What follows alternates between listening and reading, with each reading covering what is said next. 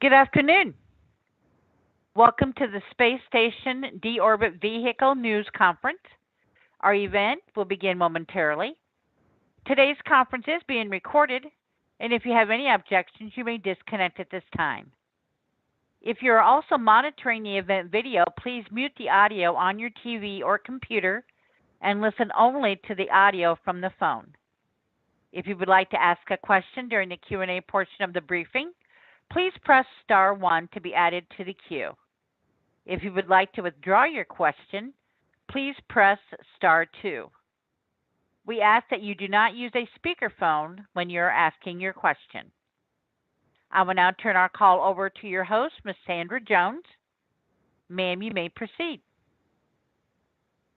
Thank you, and good afternoon. Welcome to the Johnson Space Center in Houston, Texas. I'm Sandra Jones, and we appreciate you joining us today for today's telecon to discuss the recently awarded U.S. Deorbit Vehicle contract to SpaceX.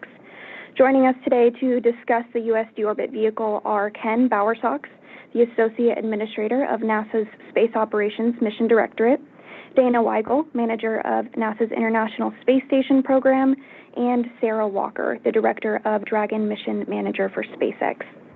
So we will first start with some initial remarks from each of our briefers before opening it up for questions.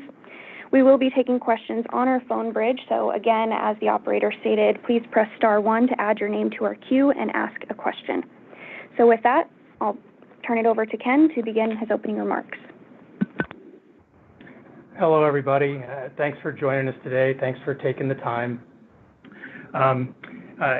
It gives me great pleasure to be able to spend a little bit of time talking about the selection of SpaceX to develop and deliver a new spacecraft called the International Space Station Deorbit Vehicle. We've been working in low Earth orbit for over 60 years. You go back to Mercury, Gemini, some of the Apollo test missions, Skylab, Apollo-Soyuz, Space Shuttle, ISS, and then all the different vehicles that have flown to ISS. You can see how we've grown in our capabilities over the years and how our time in low Earth orbit has helped us prepare for missions to the moon and someday to Mars and even further. Work in LEO has been so valuable. I believe we'll have work to do in LEO for a long time into the future. It's just the most cost-effective place to work in microgravity. It's close to home. It only takes minutes to get there, and we can get a lot done for the resources that we have to invest. So I see a reason to be in LEO for a very, very long time. 25 years of that 60 years that I mentioned has been on ISS. Depending on what you're most interested in, people tend to see different things about ISS that are interesting to them, whether that's the international cooperation where we've worked with so many different countries, whether it's the thousands of experiments that have been conducted in microgravity, whether it's the human research, whether it's the assembly that we did showing how you can put together large structures in space, the exploration and operations that we've practiced, or what we've learned about the human body in microgravity. All those things have been important and prepare us for the future. But 25 years is a long time, and we're getting to the point where we need to think about what comes after ISS. And to prepare for that, we need to plan for how we end the ISS program. So when I look at all the programs that ended in the past, I can see that something came after them, that something new and exciting came after every program that we've had previously. And I think we're going to see the same thing with ISS as we transition to the commercial LEO destinations in the future. And so it's exciting to me to talk about this Deorbit vehicle. It's about the future. It's about what we're going to do out in the next decade. And it's about preparing for that future, preparing for what we're going to do with ISS, And so we can take our mind off what we do at the end of ISS and concentrate on getting as much as we possibly can out of it as we finish out the life of ISS. And now I want to talk or pass the microphone over to Dana Weigel so she can tell you a little bit more about the USDV and what we have planned for it. Dana? All right, thank you so much, Ken, and thank you all for joining us today and for your interest in the International Space Station and, of course, in our recently awarded U.S. Deorbit Vehicle. Station continues to be a very busy place, and it's fully utilized. We have a dynamic activity about every week to week and a half, so something like a visiting vehicle docking or undocking, spacewalk, robotics, a lot of busy dynamic activities. In addition to that, we keep the crew fully subscribed, conducting world-renowned research with hundreds of investigations that span across the globe. We do plan to continue fully operating station through the end of its life. When we reach that eventual end of life, we will deorbit the space station through a controlled re-entry, and we will put it in some uninhabited part of the ocean. We haven't picked the exact location yet, but it will be in some very large uninhabited region. This controlled re-entry deorbit method is the same deorbit method that we use for other large spacecraft, like the Northrop Grumman Cygnus or JAXA's HTV cargo vehicle, so it's a very common operation that you would do to dispose of something very large. The deorbit itself is the responsibility of the entire ISS partnership, so that is shared across Roscosmos, the European Space Agency, JAXA, the Japanese Space Agency, and the Canadian Space Agency. The way the space station is designed, the Roscosmos segment has the propulsive capability both on board the segment and also through Roscosmos-provided cargo vehicles called Progresses. Early on in the station planning, we had considered doing the deorbit through the use of 3 Progress vehicles, but the Roscosmos segment was not designed to control 3 Progress vehicles at one time, so that presented a bit of a challenge. And also the capability wasn't quite what we really needed for the size of station, so we jointly agreed together to go have U.S. industry take a look at what we could do on our side for the deorbit. So we developed the concept of operations and a set of requirements for using a vehicle on the U.S. OS portion of station that would be docked to Node 2 forward. And then last fall, we released an RFP to U.S. industry to help us develop this U.S. deorbit vehicle. The vehicle's main purpose is to do the final series of burns that happen over about the last week of life of station as it's reentering. As you know, we recently awarded that contract to SpaceX. One thing to keep in mind is with any new vehicle development, it can be pretty complex and sometimes it can take a bit longer than what you expect. Historically, vehicles of this level of complexity could take 5 to 8 years to develop, and so we thought it was really important that we start now. The contract itself is different than other station crew and cargo transportation contracts where we're using a service-based approach. The other contracts for transportation vehicles have end-to-end services for transportation, meaning they cover launch all the way through operations of the vehicle. This contract is a bit different. This vehicle itself is being delivered to NASA, and then NASA has the responsibility to go and procure a launch vehicle and also to operate it.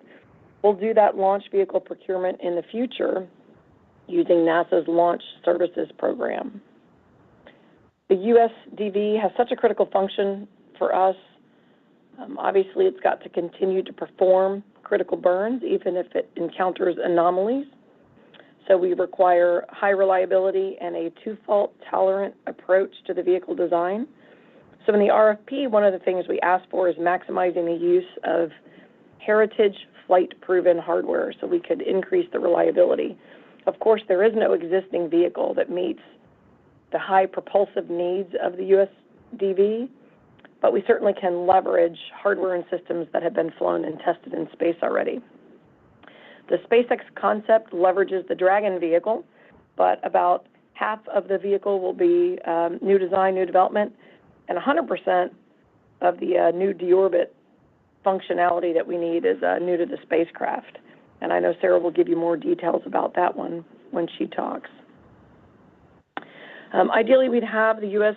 Deorbit Vehicle delivered well in advance of the station's end to life, as Ken mentioned. So the contract has what we call a dwell-in storage requirement in it. This allows us to deliver the vehicle early and then just store it and do periodic maintenance on it until we're ready to launch it. When we do make the decision to deorbit the station, we'll launch the USDV about 1.5 years before the final reentry burn. We'll dock it to the Node 2 forward port. We will do a series of checkouts. And then once we're convinced that everything looks healthy and we're ready, we'll allow ISS to be lowered down and begin drifting down. It takes a while to drift down. We think that'll be about a year to a year and a half in total of drifting down. We'll leave the crew on board as long as possible so they're available to help maintain the station and keep it healthy. Our plan is for them to leave about 6 months before the final reentry. As ISS reaches about 220 kilometers, the USDV will perform a series of burns to set us up for that final deorbit, and then 4 days later, it will do the final reentry burn. While we're preparing to be ready for the eventual deorbit of ISS, we're also very focused on continuing to fully utilize the platform and maximize the use. There's still a lot of new and exciting things we're doing on board the vehicle. There's still quite a bit to accomplish. We're also mindful that if we were in a position where we needed to extend ISS a little bit to avoid a gap in low Earth orbit, we also want to be positioned to do that. We'd really like an overlap between station and the next platform. As Ken mentioned, LEO is really an important place for us for a lot of the research and activities that we want to do, and it's very accessible, and it's a springboard and a jumping off point for what we need to test and learn for deeper space exploration missions. When the time does come to retire ISS, we'll plan to do an orderly transition from station to a commercial destination where we're hopeful that NASA will become one of many customers. In other station news, just a couple other quick updates. On Monday, June 24th, we had a spacewalk with NASA crew members Tracy Dyson and Mike Barrett. That spacewalk ended early because of a water leak in the suit's service and cooling umbilical. That's the side that's connected to ISS. We're still taking a look at the cause of the water leak and what we want to do to recover. We've got some equipment we're going to swap out, and so we'll go look for the next opportunity for where we want to do the spacewalk. It's not time critical or urgent, and so we'll find the best logical place to put it.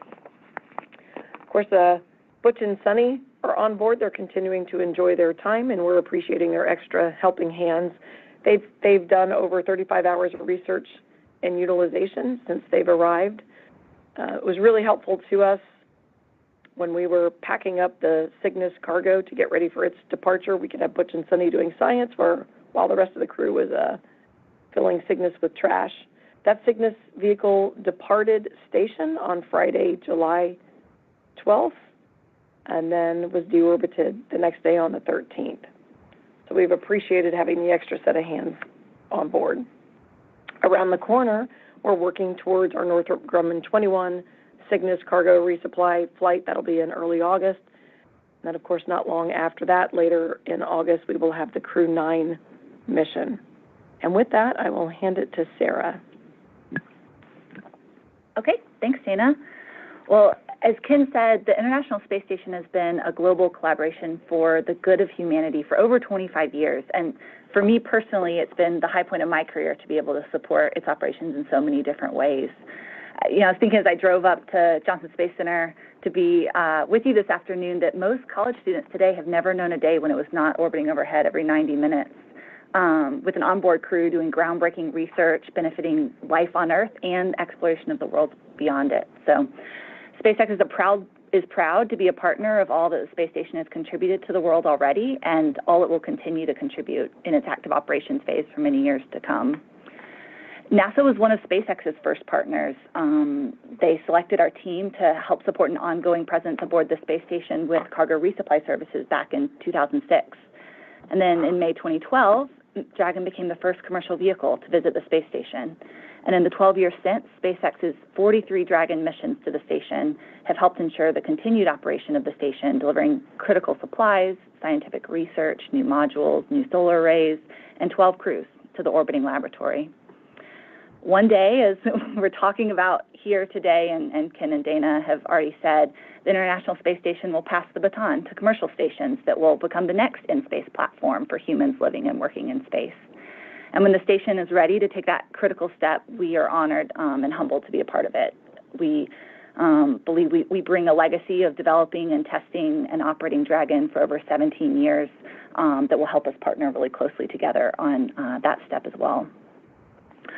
So the concept of operations for the Deorbit vehicle is incredibly complex, as Dana described. It requires substantial development to build a vehicle capable of such a mission. So it will ultimately take driving control of the International Space Station, so to speak, and propel the entire station into a precise deorbit trajectory that terminates in an unpopulated ocean area, so that any elements that could survive atmospheric reentry pose no risk to the public.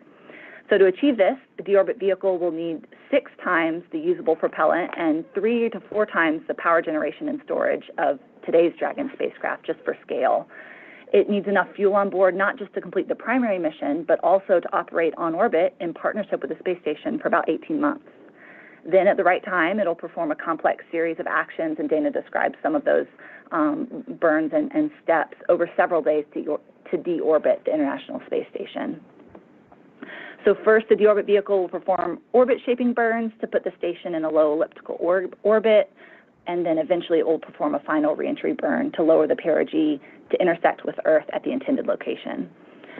So the thing that I think is most complex and challenging is that this burn must be powerful enough to fly the entire space station, all the while resisting the torques and forces caused by increasing atmospheric drag on the space station to ensure that it ultimately terminates in the intended location.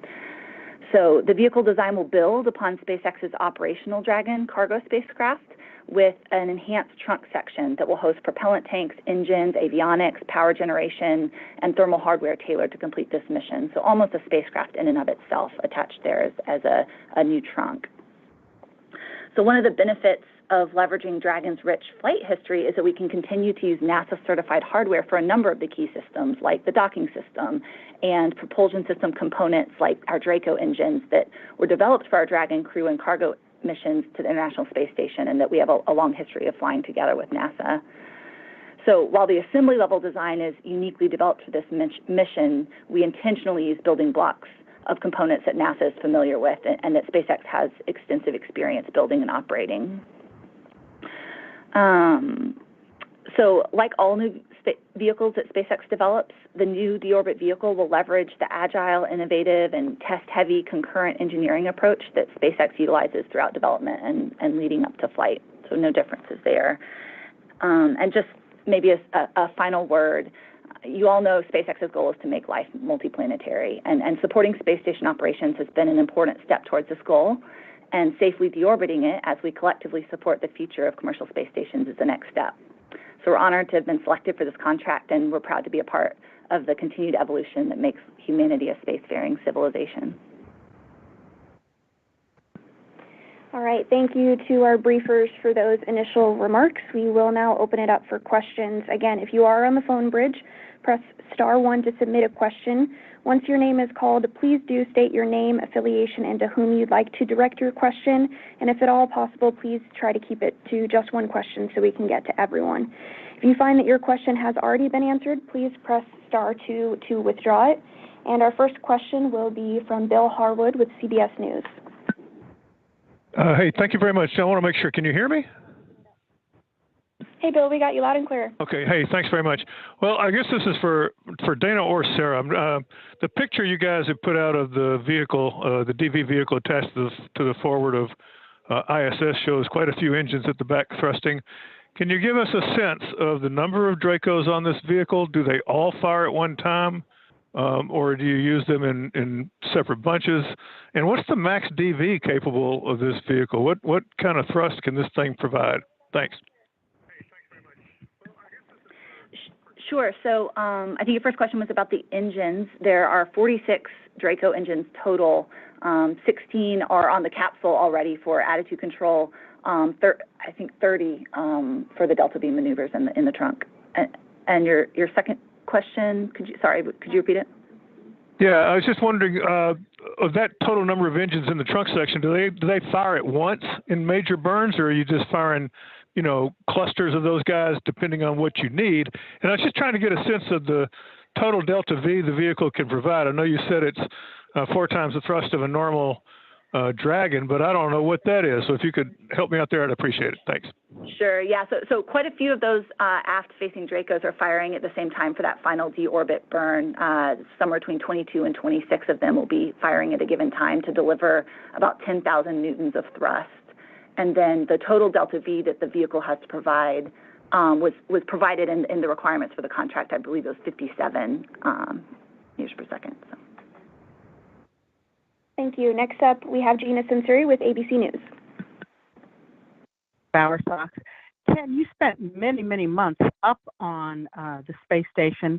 This must be a little bittersweet for you, and was there any thought given to how you might preserve some of the history up there, or will it all just end up in the ocean? Well, thanks. Yeah, my time on ISS was wonderful, and I'd love to go back. I'm glad it's going to be flying for a while longer, so we can all watch it and think about some of the things that you brought up. Right, it's not too late for us to bring some pieces home. Unfortunately, we can't bring home really, really big stuff, but I'm sure there's some mementos that we'll get back and that will end up in museums someday. We'd like to be able to bring big pieces home, but the station really wasn't designed to be taken apart. It was designed to be put together, and it would be relatively expensive to try and bring something really large home. But I would love, the emotional part of me would love to try and save some of ISS. But the practical part of me realizes that using something like the USDV and bringing it safely back into the ocean somewhere is the most practical approach. Thanks, Ken. Our next question comes from Marcia Dunn with the Associated Press.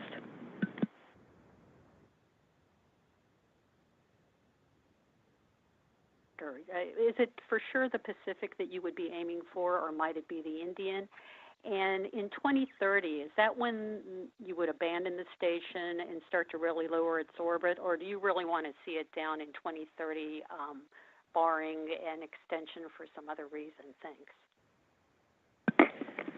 The South Pacific Ocean is one of the potential locations. Since we don't have to decide that now, we're still leaving that open, but that certainly there is a very large footprint there that we could use, but there are other locations that we're still looking at. So we'll decide that at some point in the future. In terms of the overall timeline and timing, there's some interesting variables that we don't control. One of them is solar cycle. And so we can control the launch of the USDV, the actual time that it takes to then drift down from where we fly right now to those final altitudes that I was talking about for the burn. That's a variable that's got a little bit of flexibility that we can't completely control. So our approach is we'll use some average estimates for environments, and we will kind of back up from the time of reentry. Right now, the normal plan or end of life at the end of 2030 means we'd splash in the ocean in January of 2031. And so based on the environment, we'd back up from that to pick the launch date. We expect low solar activity then, so it's probably about a year and a half before that we'd want to launch and dock the USDV. And, of course, the environments and the behavior of the solar cycle is something that we would watch and adjust dates as we got closer. Our next question comes from Will Robinson-Smith with Spaceflight Now. Much for taking the time to speak with us today. I guess going back to Gina's question, this one for Ken Bowersox, once the ISS is put down in the ocean, I know obviously it would be far away from land, so this may be an expensive proposition, but has NASA thought about making an expedition to salvage whatever pieces may come back in larger chunks that could potentially make their way to a museum? Thanks. That's a pretty good idea. I think there's going to be very little left based on our analysis when it hits the ocean, but it would probably be a good idea to go out there and take a look and just make sure when the time comes. Thank you. Our next question comes from Elizabeth Howell with space.com.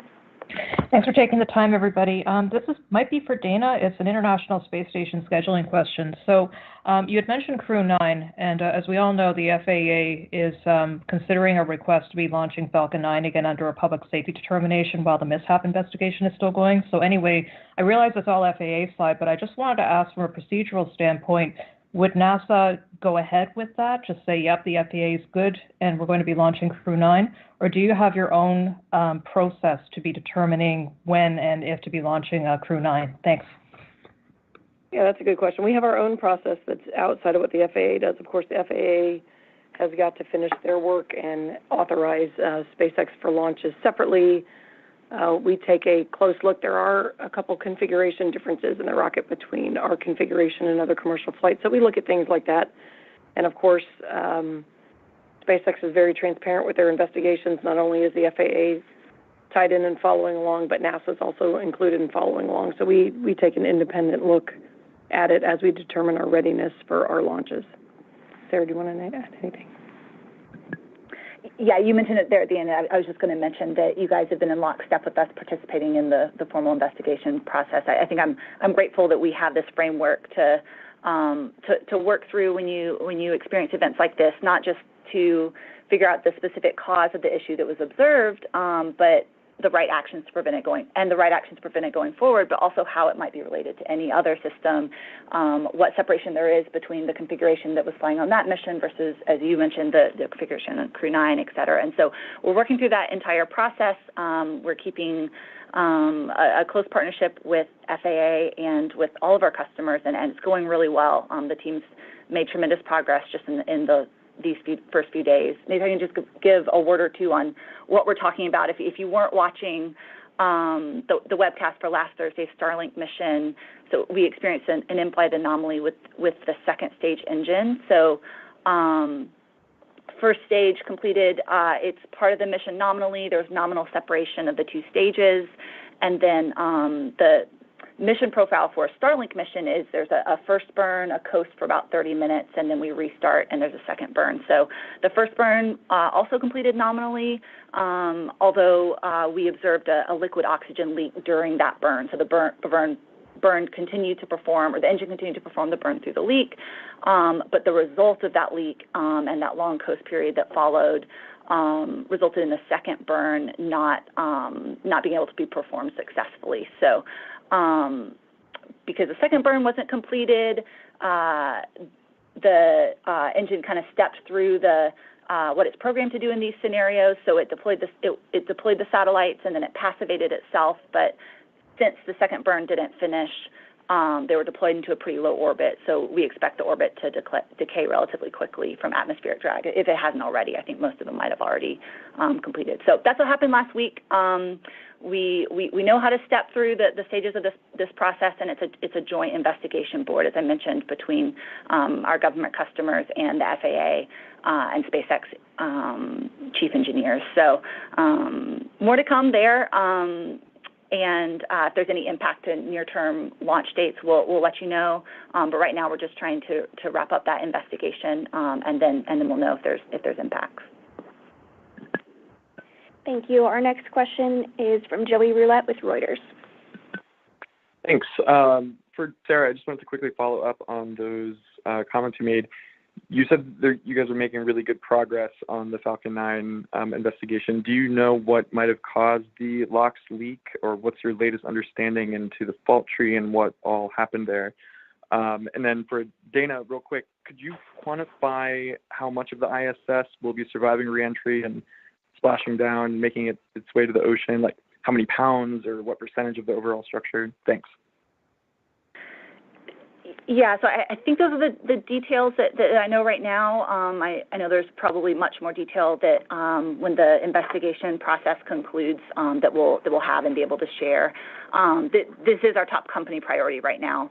And then as the Dragon team, my team, we just continue to progress through our nominal launch preparations for a number of upcoming launches on our manifest, so including Polaris Dawn, Crew 9, CRS-31, and we're kind of standing ready for word that we're cleared to fly those missions. And Dana, if you want to talk about your part. Yeah, let's see, in terms of space station dynamics during reentry, that the thrust that we've asked for from the U.S. Deorbit Vehicle will put us in a very, very tight debris footprint. And so what we're trying to do with a very large thrust and a very hefty burn is you can minimize, as a spacecraft breaks up, you minimize how far those parts can be distributed. So I think the first key thing is it'll be a tight and small footprint. That's the goal. In terms of the size of the pieces, I don't have it in total mass. I can tell you ranges of size of pieces. Some things will completely burn up, like the solar arrays are expected to completely burn up. Other very dense structures or structures that are kind of buried under structures can survive. I would say in the larger spectrum of what could survive, our assessments show that we could have things like the size of household microwave ovens, a number of pieces that are that size, and all the way up to the size of like a small sedan, a car sedan type size. So there's kind of a range of numbers of pieces, and we have estimates in terms of how many of those types of pieces we think we'd have. But there are a lot of variables in play, including the orientation and the angle of the spacecraft as it's tumbling in and as it comes in. But again, all of the pieces that do make it through will be clustered together in a very tight footprint as they go into the ocean. Thank you. Our next question is from Kenneth Chang with the New York Times. Hi, thank you. This is for Dana. The Axiom module is supposed to be detached and then used for Axiom stations. I was wondering how that fits in with this timeline. Yeah. So I think, as you know, right now on board, we actually have a docking port on the forward part of ISS. Before Axiom launches, our plan is to swap a docking and berthing port to put a berthing port at the forward. And so the actual activity to do that doesn't take that long. There's a couple of spacewalks and some cabling that we have to reconfigure both inside and outside. And so our plan would be at the end when Axiom departs, we'll go back into a reverse configuration and flip back to the docking berthing configuration that we're in today. So it probably takes, an execution time. It takes a few weeks to get that done. Our next question is from Jeff Faust with Space News. Question for Dana. When do you anticipate procuring the launch of the USDV? And given its size, is this something that could launch on a Falcon 9 class vehicle, or do you anticipate requiring a larger vehicle to launch it? Thanks. Yeah, it's because of the amount of propellant it's carrying, and just as kind of a data point, I know Sarah talked about the 57 meters per second, but that's on the order of it's actually over 16,000 kilograms of just propellant. So you're up over 35,000 pounds of propellant. So in total, that spacecraft pushes us over just the normal smaller class rocket. So we've got to be on a heavier class rocket. In terms of timing, generally speaking, it takes at least 3 years before you fly. You got to really start your procurement for the rocket. We may do it a bit earlier for that, just to kind of have it ready and have it kind of on hold, but we wouldn't pull the trigger to actually go integrate the spacecraft and the rocket together until we're committed and ready to launch. Thank you. Our next question is from Micah Maidenberg with the Wall Street Journal. Hey, thanks so much. Ken, Dana, NASA evaluated a couple proposals. Were you surprised you just have a pair to look at, or was that expected or unsurprising given, SpaceX and Northrop's familiarity with the station? And then Sarah, would you expect SpaceX to be competing for that future launch procurement? Thanks.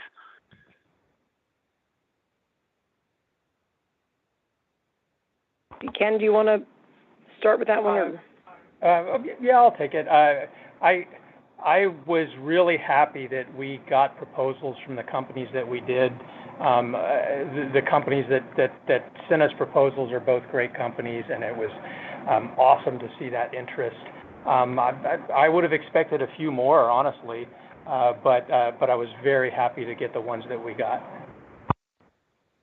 And I'll just add that, we did place an emphasis on flight heritage hardware, meaning flight-proven hardware. So, whether it's on the spacecraft that's flying today or some other spacecraft, the challenge, I think, to industry was trying to maximize the use of flight-proven hardware. So it doesn't completely surprise me that our current transportation providers who are already flying and compatible with things like docking to ISS, that they had a lot of heritage hardware to offer that was, closely aligned to what we're looking for.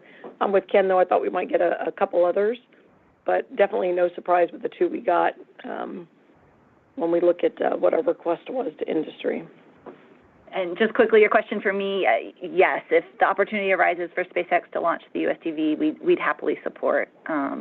We've got a couple different configurations across the Falcon product line, and believe we could support this mission. So we'll look out for NASA decision-making in the future on that.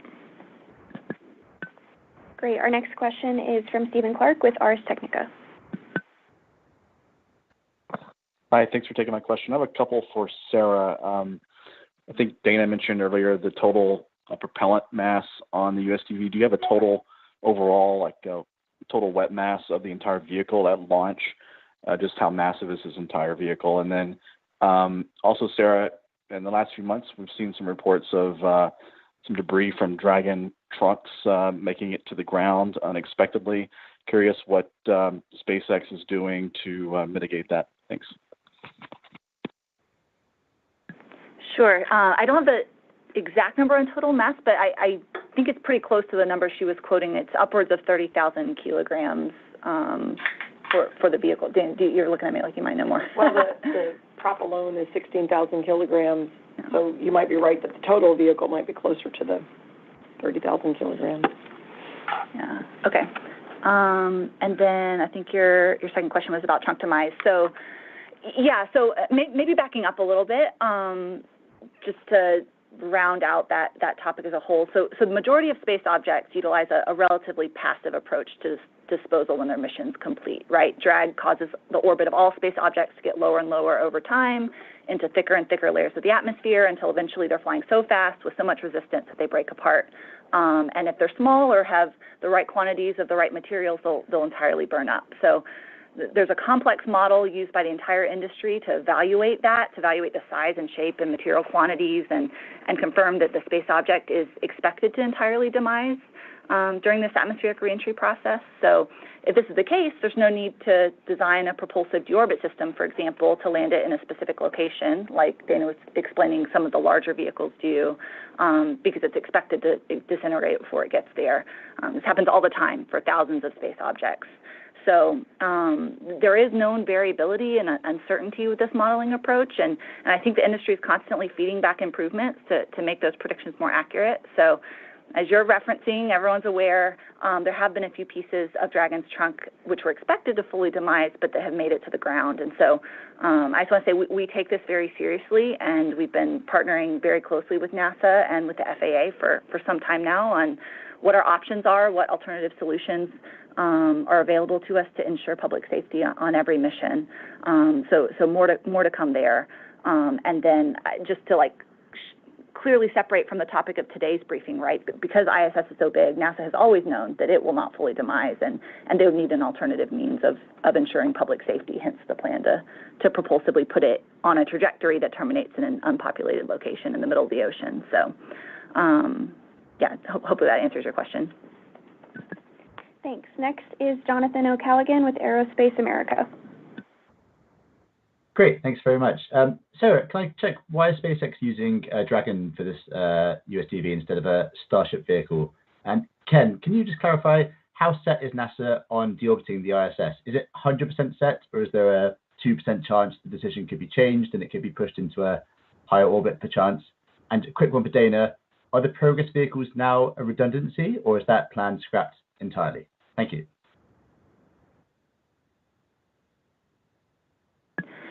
Yeah, so to answer the first question, we looked at the requirements for this contract and what NASA needed for this deorbit vehicle to do, and this was the best solution that we found to work within those requirements. There's a range of thrust that it needed. Starship has too much thrust for meeting those requirements, so we wanted to propose the vehicle that would best meet the needs that the mission that they asked for. Let's see, in terms of the Progress vehicle itself, the Roscosmos segment, so all the propulsion that's on board, both in the service module and then also what's available in the Progress cargo vehicle, still play a critical role. They will continue to be primary for normal vehicle attitude control, for debris avoidance, if we encounter debris on the way down. And then also, depending upon the fuel we have left at the end of life of ISS, they may help us a little bit with altitude lowering.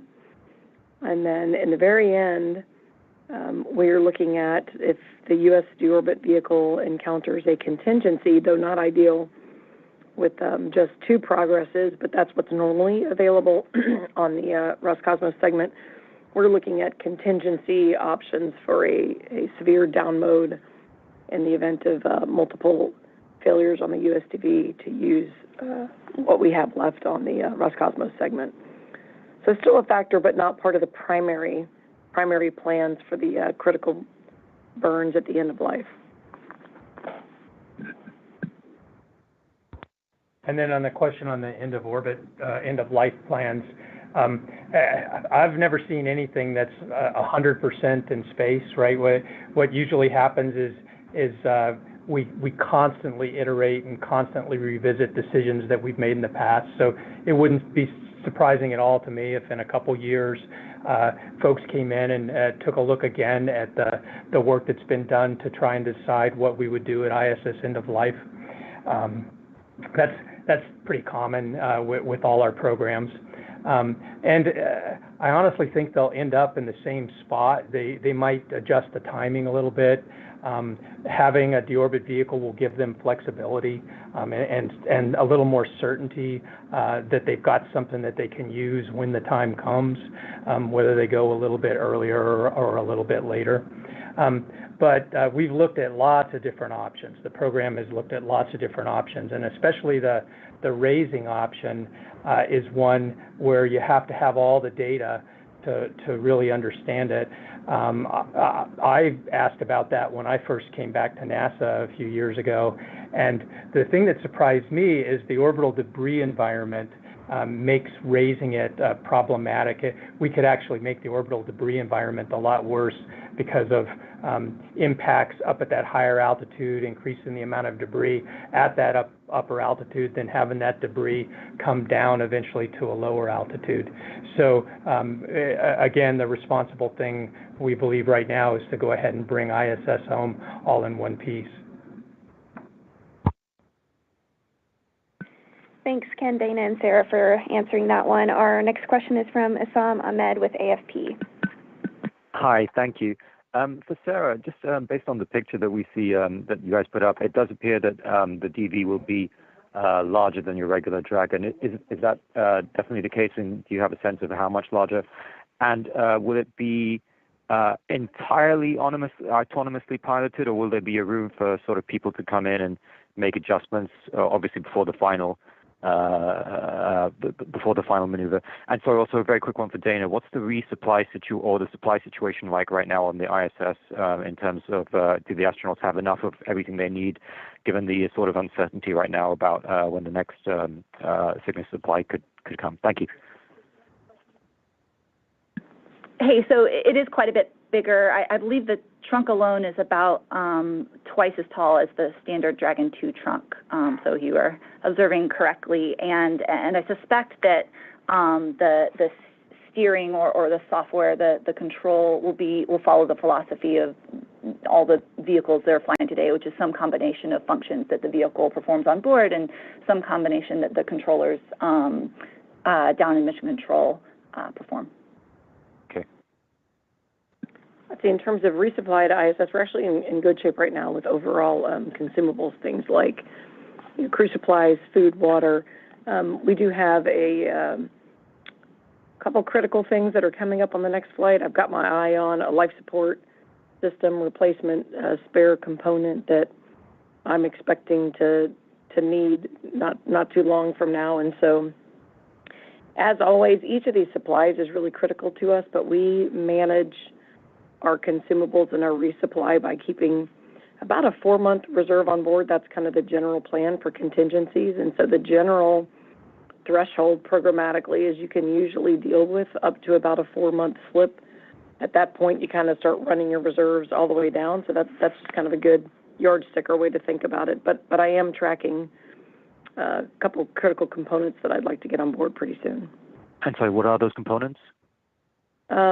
For life support system, for urine processing, if you recall, when we flew up Starliner, we delivered some components in that area to help with our urine processor, and I've got some more of that hardware on the Northrop Grumman flight that will help us get back into a normal kind of healthy configuration with our urine processor.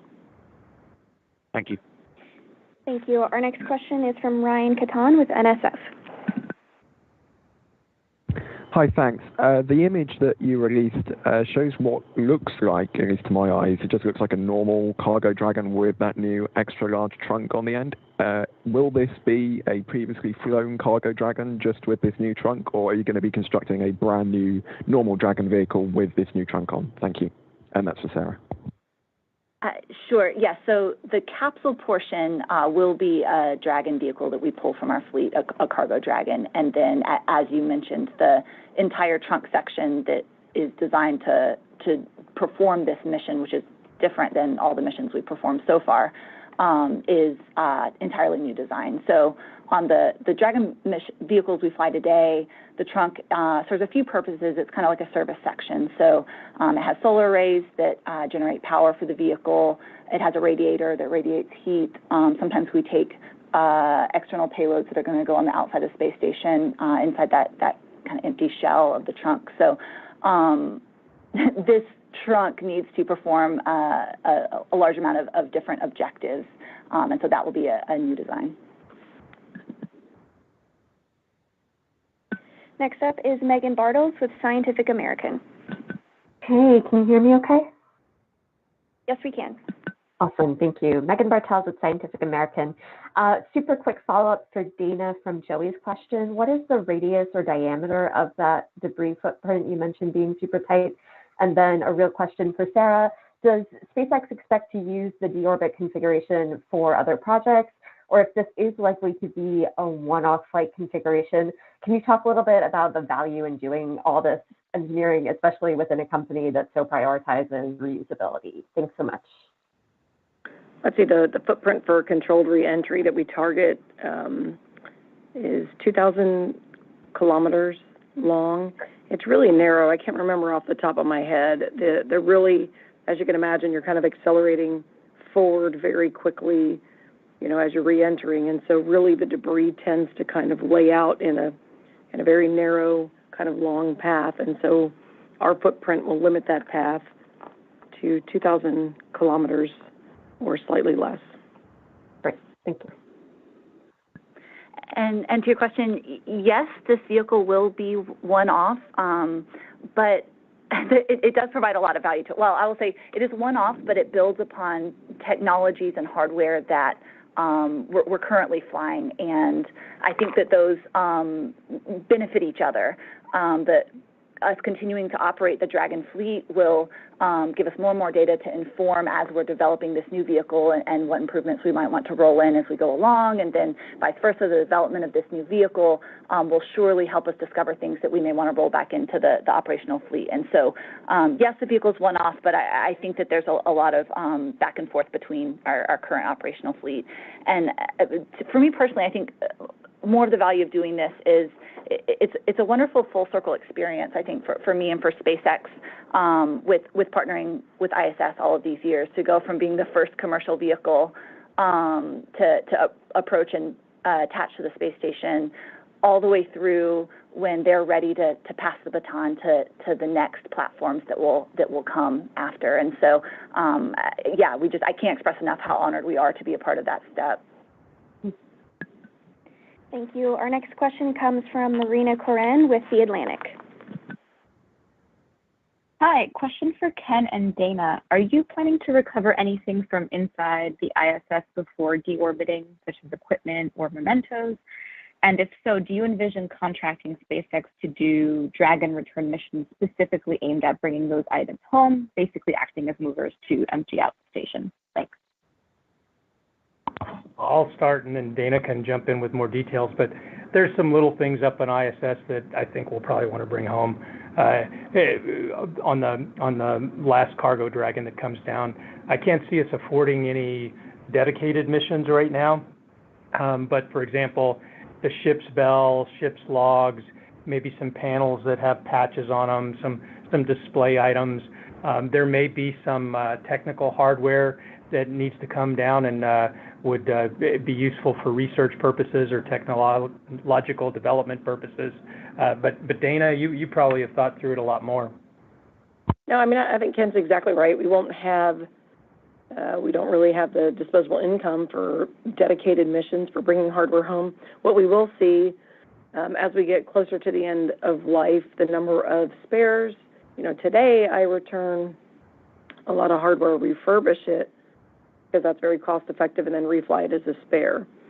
And so at the end of station's life, of course, you don't have a specific driver to return it for the purposes of refurbishing it, so it opens up more flexibility with what we choose to bring home.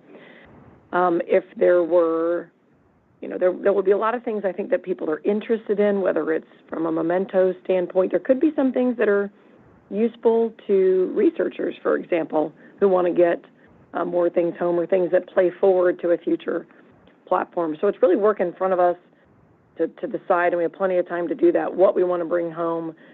What we're really looking at is, as our resupply flights towards the end are more focused on just kind of the final deliveries, the return manifest needs really, really change, as you don't need to bring home spares to refurbish them anymore. So that's going to free up some space for us.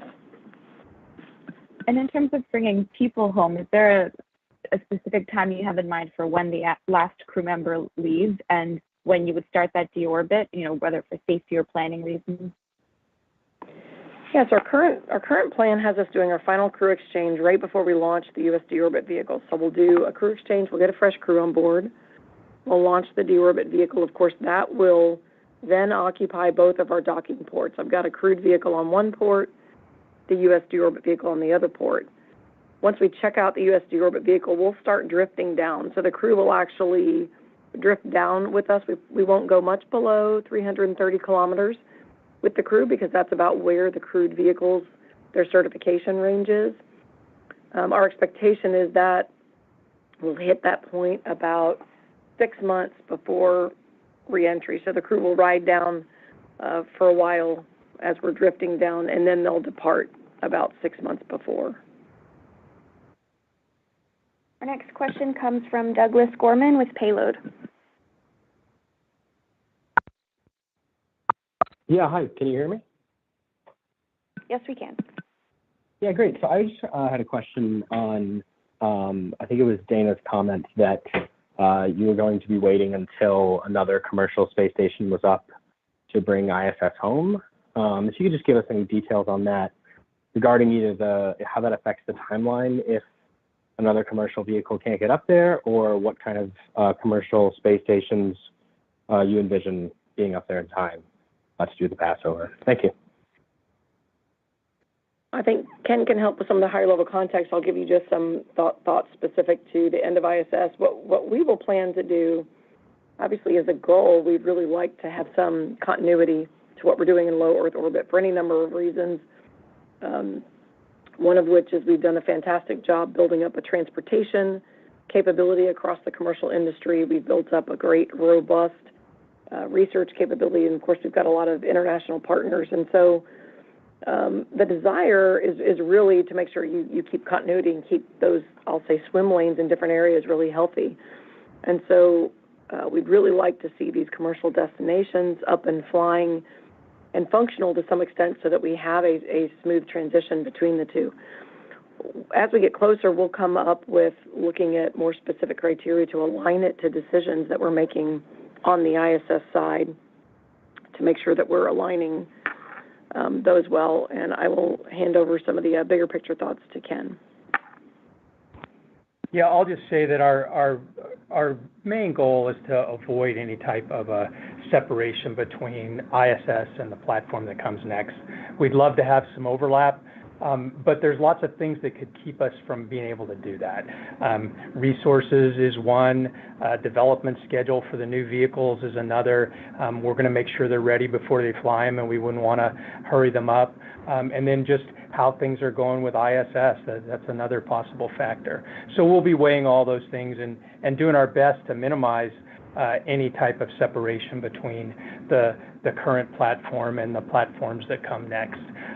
As Dana mentioned, a big factor in that, it's the research pipeline, the cargo transportation, the crew transportation, trying to make sure that whole system is healthy and ready for the new platforms. So we're thinking a lot about the transition. We're trying to manage it to minimize any type of disruption, and we'll use all the flexibility that we've got to avoid a disruption, but we'll have to react a little bit to how the situation actually develops. Our next question is from Marcia Smith with spacepolicyonline.com. Thanks so much. My question is for Ken, and it has to do with the funding for this. Could you tell us what your current estimate is for the Deorbit Vehicle plus launch, and over what period of time that is? And with the sharp funding constraints going on in Washington right now, what is the outlook for you getting the money that you need in these early years? And specifically, I don't think there was anything in the appropriations for fiscal 24, but were you able to channel some money for fiscal 24 in the operating plan, or how much do you actually have in 24? So we were able to get a small amount put into the previous year's appropriation, so we have clearance to move ahead with the program. And the next step is to try and get the full funding if we can.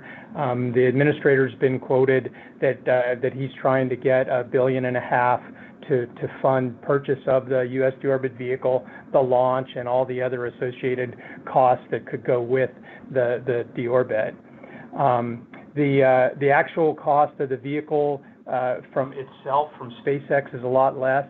But less than half of that 1.5, or say on the order of half of the 1.5, depending if we need to do any extra items working with SpaceX during the development. And then the launch vehicle, those are typically on the order of a few $100 million. And then the rest is integration costs and other reserves to make sure that we'll be able to do it. We've asked for, in a supplemental, $180 million.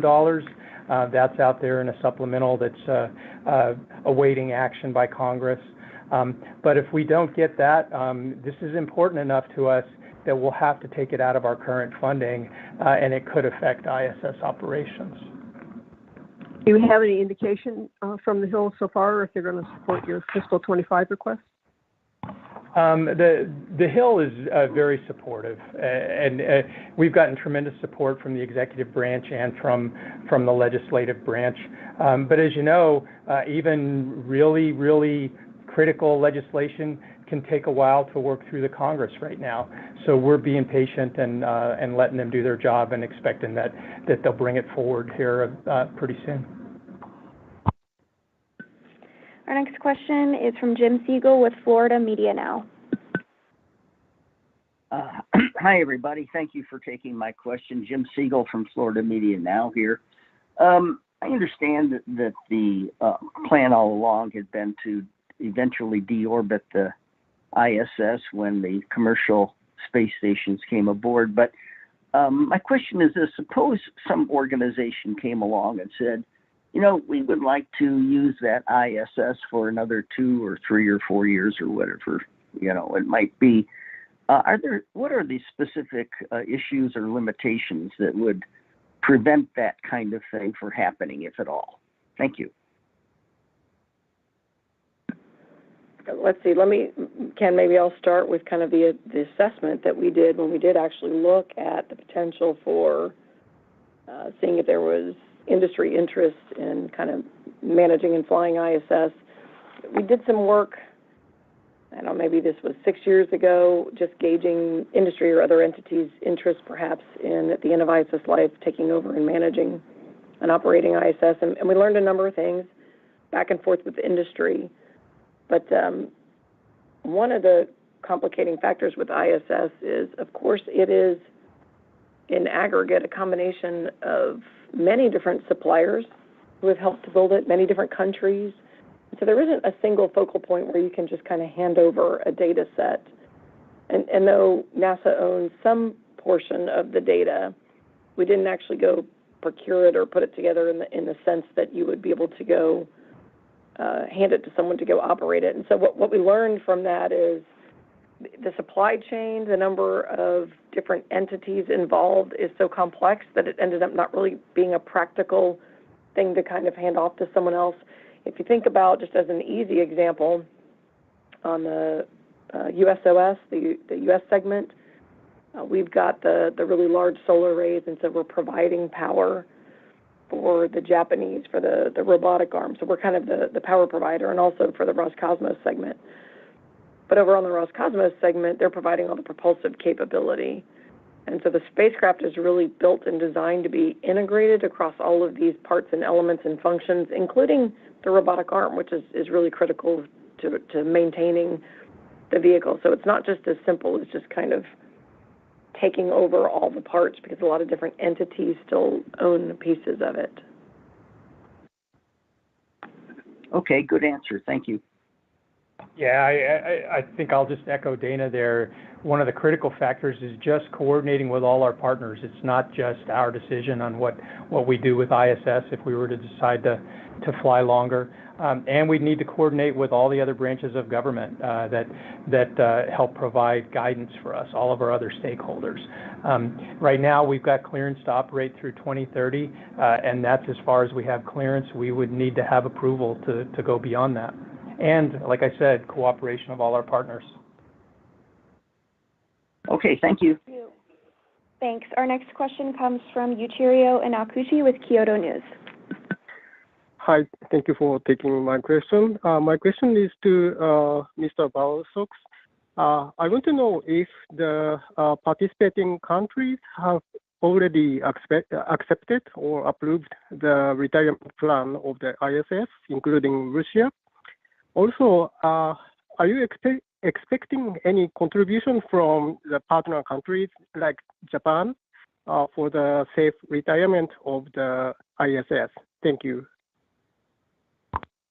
So I can let Dana give you more particulars on specifics, but in general, all the partners share the deorbit responsibility in proportion to the mass of their systems and elements that are at ISS. We've coordinated and continue to coordinate with all of our partners. I think final approval is probably a strong way to describe it, though.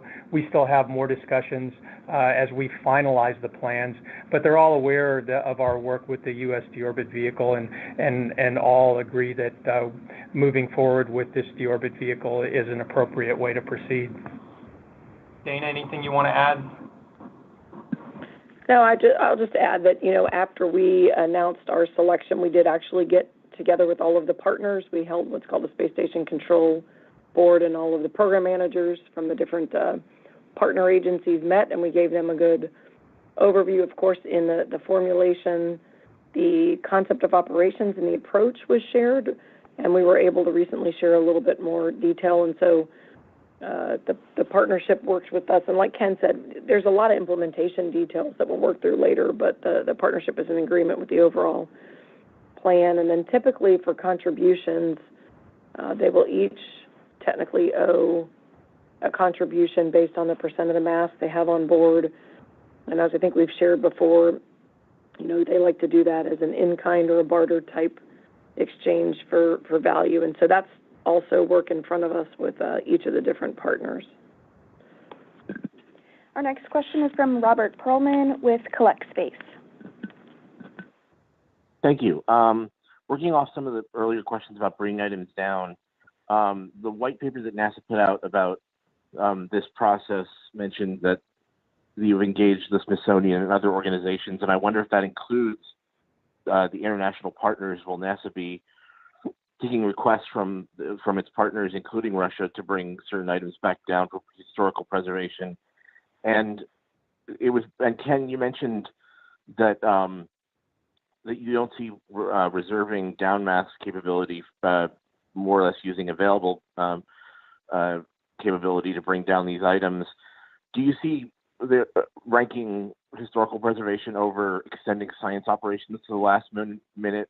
So if the Smithsonian, for example, says they wanted a glove box or part of a glove box, or Canada said they wanted part of the Canada arm, that you would disable part of the space station for preservation? Thanks. So I think our partners will want to have that discussion with us, and I think everybody will have something that's important to them that they'd like to talk about bringing down. The same thing goes with some of the prioritization between science activities or bringing back some of the preservation items. ISS has a really good process to work through some of those questions, and I think as we get closer, we'll have a list, and they'll go through, figure out what's capable, and figure out how to maximize the return to everybody who's interested in whatever is there as we prepare for the end of ISS. And our partners, depending on how things develop there, we could see that there's more than one way potentially to bring items home from ISS. We certainly have the Russian Soyuz as an option.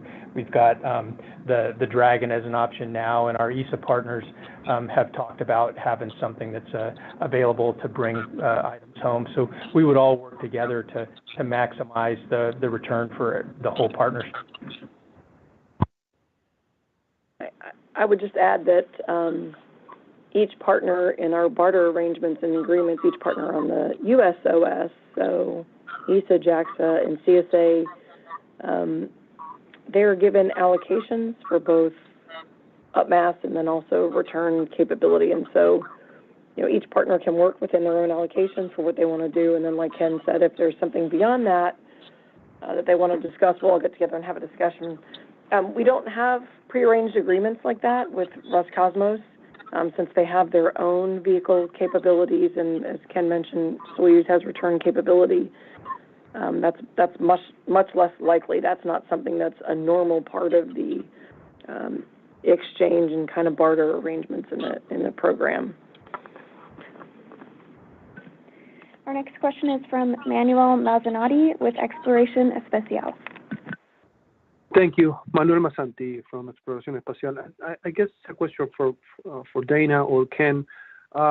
You mentioned before that there's the idea is to avoid a gap between the deorbiting of ISS and new commercial space station. But I'm assuming this is directly related with the Axiom Space timeline, or I mean, if they get delayed for some reason, the potentiality of having an extended life of ISS is getting more real. And if that's the case, how far beyond 2030 can you go? That's my question. Thank you. It wouldn't just be Axiom. We've got 3 partnerships that we're working on right now. Blue Origin, Starlab LLC, and Axiom, and then all their partners. If we could get any one of those available before ISS is ready to come home, that would make me pretty happy. Again, as far as the date, any extension, we would have to coordinate with all our partners and with all of our stakeholders outside of NASA. So that's not something that we would start at the last minute, right? That would have to start pretty early in order to work in that into the plan. If we get to that point and didn't get an extension and it takes longer to get the new platforms, we would take whatever steps we could to minimize the impact of that gap, right? So I don't think it would be something that is unsurvivable, but it's something that we would like to avoid just to maximize efficiency. Dana, anything you want to add? No, I think that was a good summary, Ken. Thank you, Ken. I was asking because of the Axiom is the only one that is going to be using the ISS as a platform. That's why I thought it was strictly related, but thank you. Yeah, we're Thank you. thinking about all the platforms. That's right. Thanks, Ken. Our next question comes from Anthony Colangelio with Main Engine Cutoff. Hey, thanks.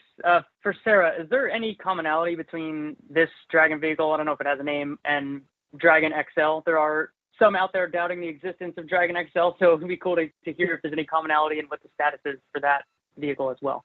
Thanks. Good mention of another vehicle that is being developed for a very specific mission. So I would just say each of these Dragon variants or evolutions are designed for the mission that they have to accomplish.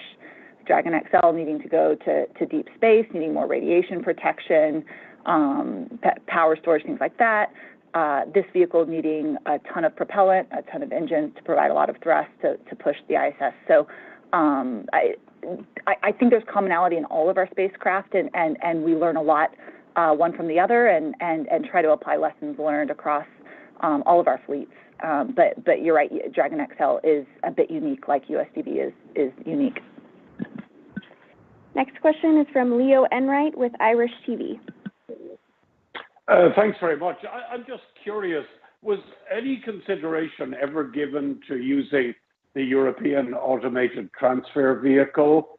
I mean, the original NASA deorbit analysis for 57 meters per second DV was in the ballpark of 9 tons of propellant. Now, I know Dana has cited a much bigger figure, but I'm just wondering, that would be in the ATV ballpark. So was it ever considered? You know, I don't know if there were really early discussions. Certainly they would have been before my time. I would tell you in the last at least 12 years since I've been in the program and part of the program, the focus has really been heavily on progress. That may be because ATVs weren't flying anymore and that line was no longer open. It also may have been, very early on when we were looking at the Progress vehicles, we were optimistic that it would meet the needs. And of course, ISS did grow over time. There were a lot of changes that changed our understanding about what we would need.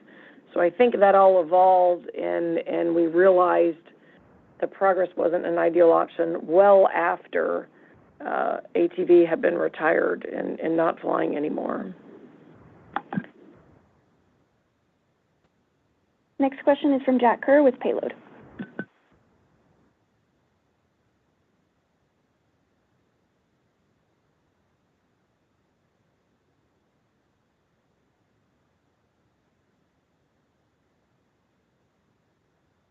Jack, if you're speaking, we can't hear you. Hi, can you hear me? Yes, now we can. Yeah. My question was answered with the Dragon XL question, so thank you.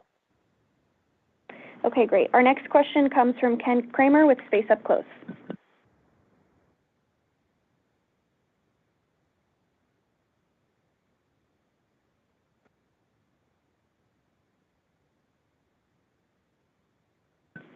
Ken, we also can't hear you if you're speaking. Can you hear me now? Hello? Yes. Okay. Yeah, my question's for NASA. Thank you. I'd like to know about raising the orbit. I want to go back to that question again. Are you actively looking at any potential extension by raising the orbit at all, or have you totally given up on that idea? Because I ask because these commercial stations with the budget cuts could be delayed. So I'm very concerned about that. The other thing is that NASA, other uses of this USDV. I know SpaceX said something, but what about using this? It seems like a great capability. What about using this for science probes or Mars sample return? You're looking out of the box for other solutions to that. Would you consider that at all? Thank you. Let me start with the first part about the raising the orbit. And if I understood your question, that was more tied to extending life of ISS versus retiring it. But just to make sure I kind of hit both, I think Ken kind of explained why there are considerable challenges. You know, the energy cost obviously for going up is much, much higher than coming down, and what you'd have to do to get to a safe, higher orbit is substantial and with increased risk as the micrometeoroid environment goes up. But in terms of just for extending life, we actually have talked about how do you optimize and where do you fly, and could you fly higher to reduce the demand on propellant delivery. So we have looked at some trades there, and because we fly where we fly, all of our vehicles and our spacecraft and their propellant tanks are all basically sized for kind of where we are. So we've actually looked at both ends, both for disposal and just for kind of optimization of flying, and neither one really made sense. And I think Sarah will take the second part in terms of extensibility of the USDV. I mean, just from my knothole, from a NASA standpoint, when we've talked about it, we certainly recognize that in staying in LEO, this whole discussion about how do you safely dispose of vehicles at the end of the life will kind of persist into needing methods like this. And so I can imagine future fieldies leveraging, whether it's a Dragon baseline or not, but capabilities very similar to this. Yeah, that's a great idea.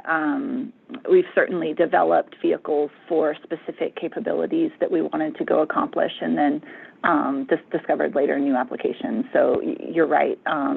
Depending on the size of future space stations, they'll end up with the same needs, and so anything's possible. And our last question for the day is going to be from David Curley with Full Throttle.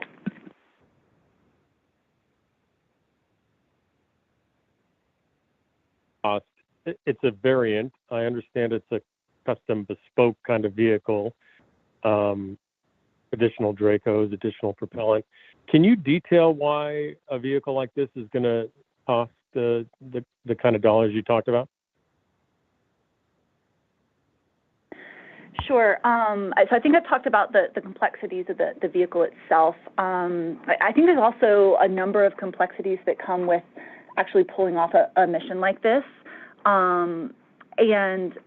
So one example is I mentioned that one of the most complicated parts about the deorbit burn is that it has to be continuing to operate in a different environment than we're used to operating while pushing ISS with all of its appendages, right, that are having increasing drag on them, and those cannot thwart it from its mission of getting it to the target location. And so NASA did a lot of planning on the fault tolerance approach for something like this, and that's something that we have to go think about together.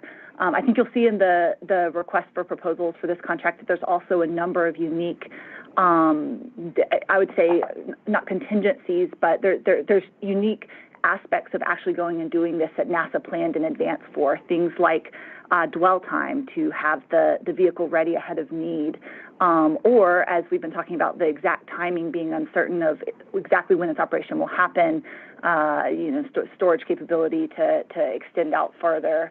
It has operated in space much longer, which is a new capability to be developed that's several times what we do today. NASA is looking at what kind of critical spare strategy they want us to have for any number of contingency scenarios where you would need to have long lead parts in production to provide a contingency vehicle or elements of a contingency vehicle. So all of these things, I think, add up to the articles that you see, but it represents a lot more than what meets the eye. I think I would just add, maybe I probably should have put this in my opening remarks, but when space station starts dropping below that 220 kilometer point, we will have a very hard time managing a lot of our systems, and though we don't know exactly when things will fail out, we do know that we will start seeing performance loss in a number of areas. Power is one. Our vehicle will start heating up quite a bit more. We expect to lose communications capability as we're going down. And so one of the really unique things that we had to do with the Deorbit vehicle is ask that spacecraft to independently take care of all the capabilities needed in the last 4 days of deorbit. Today, when visiting vehicles come and dock to us, we provide them with power, data, communications. They can go through us to get to, for example, the TDRS satellite network. But because we know that we'll start losing functionality as we get kind of draggier and interacting more with the atmosphere, we had to levy on this vehicle the capability to be completely independent and take care of all of those assets that ISS normally supplies the services for. So that's another unique element with this vehicle. And thank you to all who did submit questions today, and thank you to Ken, Dana, and Sarah for their time and even going a little extra over to accommodate all the questions we received. You can continue to follow along for more updates on our social media platforms, blog, and online. But for now, that will do it for us here. Thanks so much for joining. This does conclude today's conference call. We thank you all for participating. You may now disconnect and have a great rest of your day.